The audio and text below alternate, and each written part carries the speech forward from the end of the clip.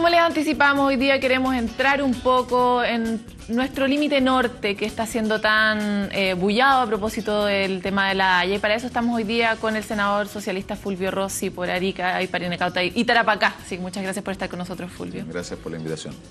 Senador, queremos partir hablando sobre un antiguo dolor que tienen sobre todo los ariqueños, pero el norte en general, sobre el abandono, ¿verdad? Ellos miran para el lado, particularmente a Perú, y ven que Tacna crece, se desarrolla, están estimulando los servicios, los puertos, etcétera, y que nosotros estamos un poquito dormidos, y no hace poco, hace harto tiempo. ¿Cuál es su percepción desde el territorio sobre cómo se está llevando a cabo la política de frontera, en el fondo? Sí, yo creo que efectivamente, y sobre todo en el caso de Arica, porque Tarapacá, al final del día, tiene un polo de desarrollo minero, claramente, y es una plataforma de servicio al comercio internacional con la zona franca, ¿no? Arica tiene puerto, pero la verdad que no tiene el sector minero que tiene Tarapacá y ha faltado una política de Estado que permita la reactivación económica, fomentar las inversiones con más agresividad. El plan de desarrollo de zona extrema de la presidenta Bachelet es un avance sin duda alguna. Hay inversiones importantes en infraestructura, para darle musculatura a la región, inversión en el borde costero, desarrollo de la agricultura, modificaciones también para permitir desarrollo de, por ejemplo, la industria tecnológica. Pero sin duda alguna todavía creo que tenemos que tener una política de Estado mucho más fuerte. Se habla de una zona franca turística en Arica, en Iquique hay una zona franca comercial, pero se requiere una política de Estado mucho más fuerte para las regiones. Ahora, yo siento que, y cuando hablamos de descentralización, se habla mucho de la autonomía política, que elegir intendente, que se eligen los cores, pero yo, en mi modesta opinión, creo que la verdadera descentralización tiene que ver con el desarrollo de capital humano. Y hoy día, en las regiones, parcialmente en las regiones que yo represento, no hay masa crítica, o sea, capital humano, y por eso hay que trabajar con las universidades. A lo mejor, mira, ofrecer muy buenos sueldos a postdoctorados, pero requerimos capital humano para elaborar buenas políticas públicas. Esa es la descentralización de verdad. Senador, nosotros no somos un programa particularmente objetivo en materia de descentralización, somos totalmente hinchas de los procesos de descentralización y a nosotros nos encanta la elección directa de intendentes. Tenemos internamente un instrumento muy serio llamado el descentralizómetro y nos gusta saber cuáles son las posturas de los senadores y los diputados en este sentido. La elección directa de intendentes en particular, si usted tuviera que votar hoy día, viene un barco, lo amenazan y dicen, ¿cuál es su voto? ¿A favor o en contra de la elección directa de intendente? No, a favor. ¿A favor para la elección, para la próxima elección o postergar la elección directa de intendentes? No, yo soy partidario, ahora, ojo, yo soy partidario de elegir directamente al intendente, pero también hay que darle facultades al intendente. O sea, un intendente es como el presidente del CORE hoy día. El presidente del Consejo Regional, que se elige de entre los propios consejeros regionales, a mi juicio debiese ser electo en una elección distinta. Pero bueno, no tiene en la práctica muchas atribuciones, prácticamente ninguna. Es de los temas pendientes después de la elección directa de CORE. Entonces yo creo que elegir intendente tiene que ir de la mano de transferencia o mecanismo de transferencia de atribución y competencia desde el nivel central al nivel local. Autonomía en la toma de decisiones, más recursos también.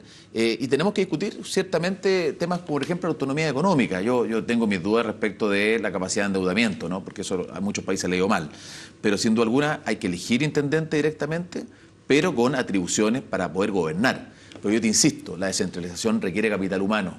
Y ahí tenemos una tremenda deuda. Es que ahí viene la siguiente pregunta. Usted es de quienes indican, primero preparemos al capital humano y después descentralizamos, lo que posterga el proceso de descentralización unos cuantos años, o descentralizamos, transferimos competencias, transferimos capacidades, recursos, en fin, y ahí vemos cómo se va ajustando el capital humano. Yo creo que no puede postergarse, sino que hay que ir haciendo las cosas.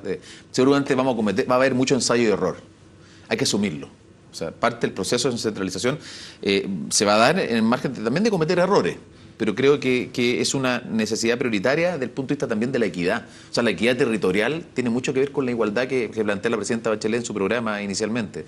Y creo que se puede hacer un esfuerzo mayor, pero el Estado requiere, o el Estado más bien lo que debe hacer es financiar de manera especial las universidades del Estado de carácter regional. Financiar la investigación, financiar la extensión, la producción de bienes públicos, atraer postdoctorados, tener polos de desarrollo. Mira, fíjate que, te voy a poner un ejemplo, en Alemania, por ejemplo, hay lugares en donde hay un polo en filosofía y van todos los filósofos a estudiar el doctorado, otro ingeniería. O sea, tenemos que aprender a descentralizar de esa manera. Hoy día todo está en Santiago. ¿Ah? Y si una persona, y fíjate, la mayoría de los jóvenes que tienen sobre 5.5 de la región de Tarapacá y de Arica migran fuera de la región a estudiar. O sea, ¿por qué un joven tiene que irse de su región para estudiar en la universidad o...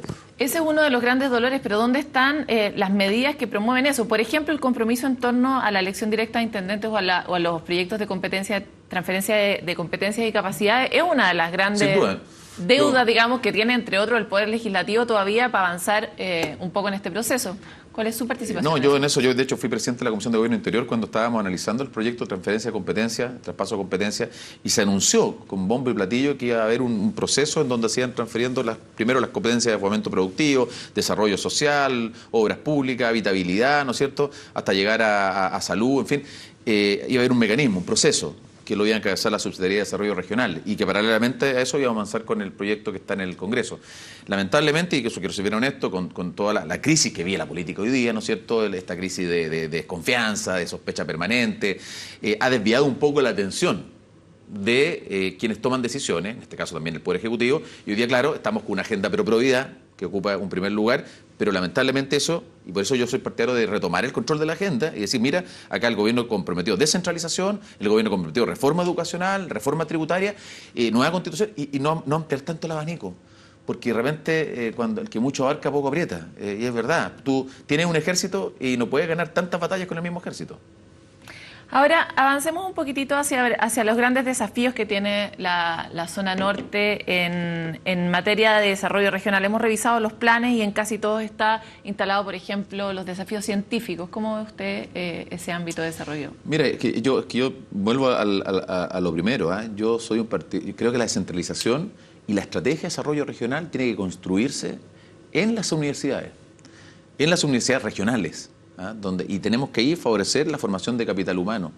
Tenemos que retener también buenos profesionales y ir elaborando, y yo siento que ahí uno puede desarrollar líneas investigativas de las más diversas. Fíjate que recientemente hay una doctora en Iquique, en este caso, que ha estado desarrollando un proyecto muy interesante en el ámbito de la investigación científica, muy desconocido. Podemos trabajar el tema de la energía solar, se puede hacer mucho en el tema de la acuicultura. O sea, hay algunos nichos en donde uno pudiese desarrollar líneas de investigación como la que tú mencionas. Ahora, tiene que haber para eso, y en ese sentido soy un convencido, un buen uso de los recursos que se entregan. El FIC, el Fondo de Innovación para la Competitividad, la verdad que son muchos recursos y que debiesen estar más bien focalizados en la innovación, en el desarrollo científico, en la investigación. A veces los FIC se pierden en cosas que no creo que tengan la real trascendencia.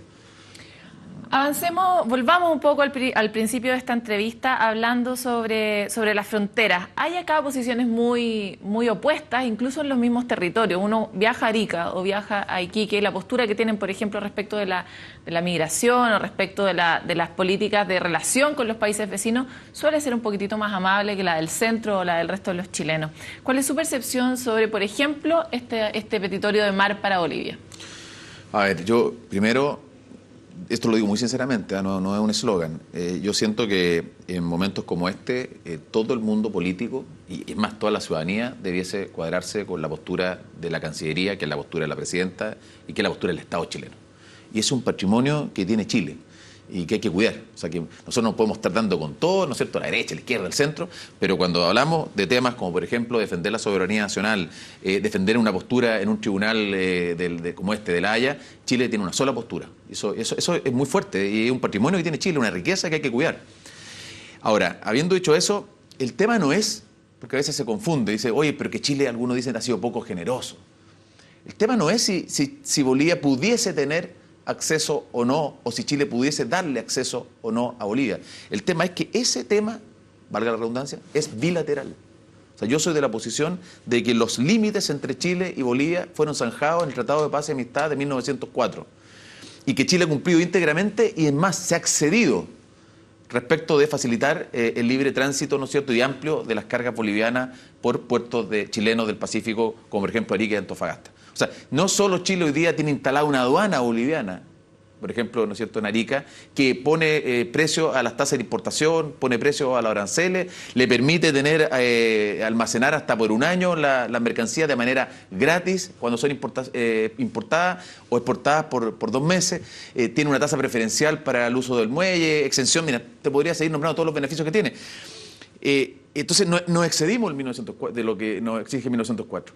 Entonces, ¿qué es lo que digo yo? El camino no es, por tanto, ir a un tribunal, ¿no es cierto?, una instancia multilateral, sino que el camino es un diálogo abierto entre Chile y Bolivia. Ahora, también es cierto que hay un 20% de países en el mundo que no tienen litoral, y el que tiene más facilidades para salir al litoral de aquellos es Bolivia, dada por Chile. Entonces, yo por eso digo, Bolivia equivocó el camino. Nosotros tenemos un comercio privilegiado con Bolivia. La zona franca de Iquique, el puerto de Arica, le dan vida y tenemos además, somos hermanos, y eso es claro, pero creo que Bolivia lamentablemente equivocó el camino en una situación muy inamistosa de llevarte a un tribunal multilateral que no tiene ninguna competencia, porque el Pacto de Bogotá de 1948 y el Tratado de Paz y Amistad que fija los límites definitivos entre Chile y Bolivia de 1904. Se lo pregunto principalmente porque la gente, muchos de los que probablemente han votado por usted o por otros representantes, no tiene una versión tan clara como la que tiene el gobierno. Entiendo que usted es un senador de gobierno y desde ese punto de vista tiene que cuadrarse con lo que plantea la Cancillería, pero sus representados a veces son es muy disímil, es muy diverso. La inmensa mayoría piensa esto. Yo creo que ha habido hechos que me preocupan. Un alcalde de Iquique ofreciendo mar en Bolivia a los medios de comunicación, un diputado que dice que hay que darle mar soberano, el diputado Gutiérrez. Yo no comparto esa posición porque yo insisto, yo creo que con Bolivia hay que sentarse a conversar. Y creo que a Chile le hace bien también, porque es bueno para Chile tener la mejor relación con Bolivia y particularmente para el norte. Yo siempre he dicho, hoy podría tener una salida al mar, ¿no es cierto?, en Patillos, Patache, y por ahí sacar el gas. Y nosotros tendríamos una planta licuefactora de gas, con todo lo que significa, tendríamos energía. O sea, llegar a un acuerdo. Pero insisto, mi punto básico, y que no es solamente porque el punto de la presidenta, que es esencial, que en estos temas, cuando hay un tratado de límite vigente, lo que tiene que ocurrir es que haya una voluntad de los dos países. Entonces, no creo que Bolivia equivocó el camino al llevar un tema netamente bilateral a una corte que analiza temas de carácter multilateral. Senador, se nos acabó el tiempo, pero nos quedamos de esta entrevista con su cuña respecto de que usted está a favor de la elección directa de intendente. Lo tenemos porque tenemos un grafiquito. Pero casi todo el mundo está a favor de eso. Sí, pero al momento de los cubos, las votaciones terminan siendo todas distintas. Pero también ojalá que se quede en la idea de que no basta elegir autoridades directamente, sino que también hay que descentralizar desde el punto de vista del capital humano, y nosotros desde ese punto de vista creo que es crítico en el norte. Y el proyecto de transferencia de competencias también tenemos nuestra fe puesta en ustedes. Muchas gracias por estar con nosotros. Gracias, Paloma.